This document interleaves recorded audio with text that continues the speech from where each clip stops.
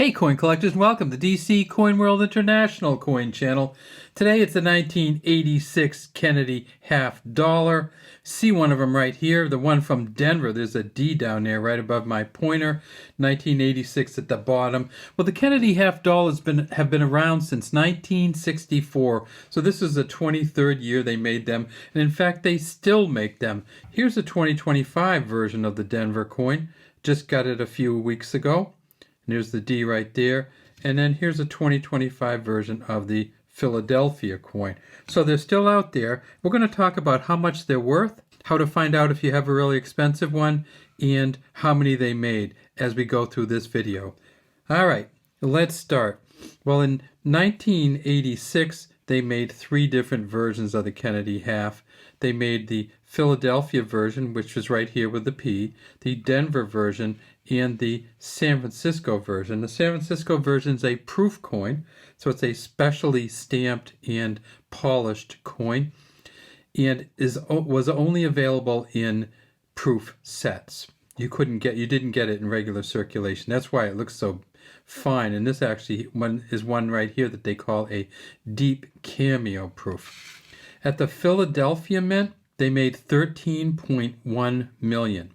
So that's not a whole lot of coins, but the Kennedy halves just, even in 1986, weren't used that much.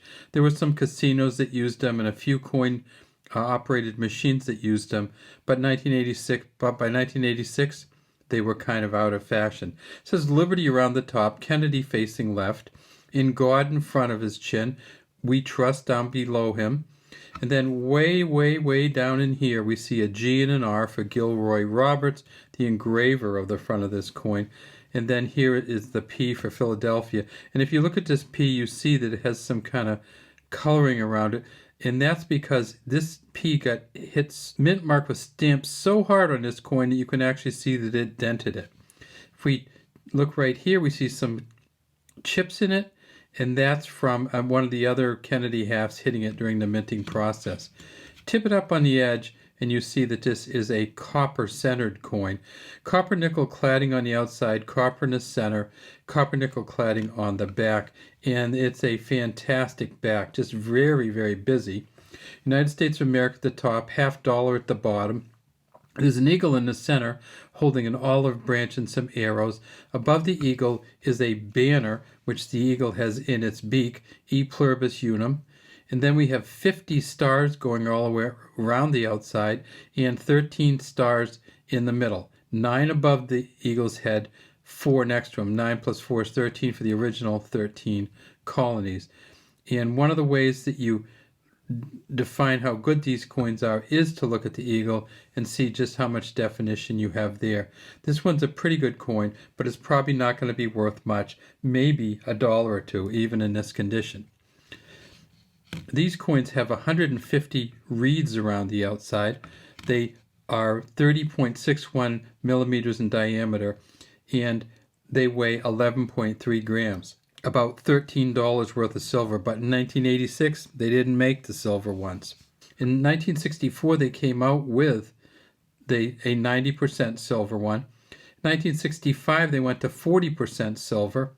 In 1992 they came out with silver mint sets, so no silver in 1986. So that's a Philadelphia. Denver has a really funny story about it, and there is a Denver coin that PCGS estimates is worth well over $4,000, and it is a mint state 70, which you never see. One of these coins in a mint state 70 means it's perfect, almost better than the mint can make it, and it came out with no real errors, no scratches, and it just looks beautiful. Well, Denver has one of those, and it might be worth, who knows, maybe $10,000 or more. But I haven't seen it, and PCGS hasn't posted the pictures of it. And PCGS is a professional coin grading service, and they actually tell you how much your coins are worth, and collectors rely on them to find coin values. At Denver, they made $15.3 million. The auction record is around $4,800. If you get this in a mint state 65 though, you're only talking about $18. So these aren't hugely valuable unless you get the best one ever. Now, can you use these in a machine? There's really no machines that take them anymore, and the casinos don't take them anymore. But if you have some of these, you can take them to Coinstar, and Coinstar generally accepts them in their machines if you're trying to turn your change in at say a Walmart or wherever you might find a Coinstar machine. Finally, they made these at the San Francisco Mint, and you can see that this is just a spectacular coin. If we tip it up, you can see that Kennedy is polished somewhat different than the rest of the coin, as are the letters and the numbers. This is a 1986, the S down here for San Francisco. The San Francisco Mint, you could only get these in a proof set. They made 3 million of those proof sets. The auction record is $575, but as of right now, PCGS says that a proof 70, or their highest grading value of this coin, is only worth about $46. So you're not going to get rich on the San Francisco Mint coins, although they look really beautiful. You can still get these coins in general circulation. You see them once in a while, and you can actually go to your bank and order a box of them. I think they come in $200 and $400 boxes, so they're really expensive to get.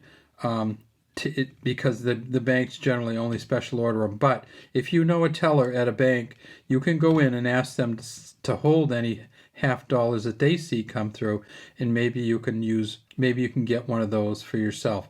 They're not real expensive on the open market. You can often get one like this for $1 plus shipping, so not really very expensive. And you can see that this one clearly was used and is not shiny. All right, well, that's all we have today from DC Coin World International Coin Channel.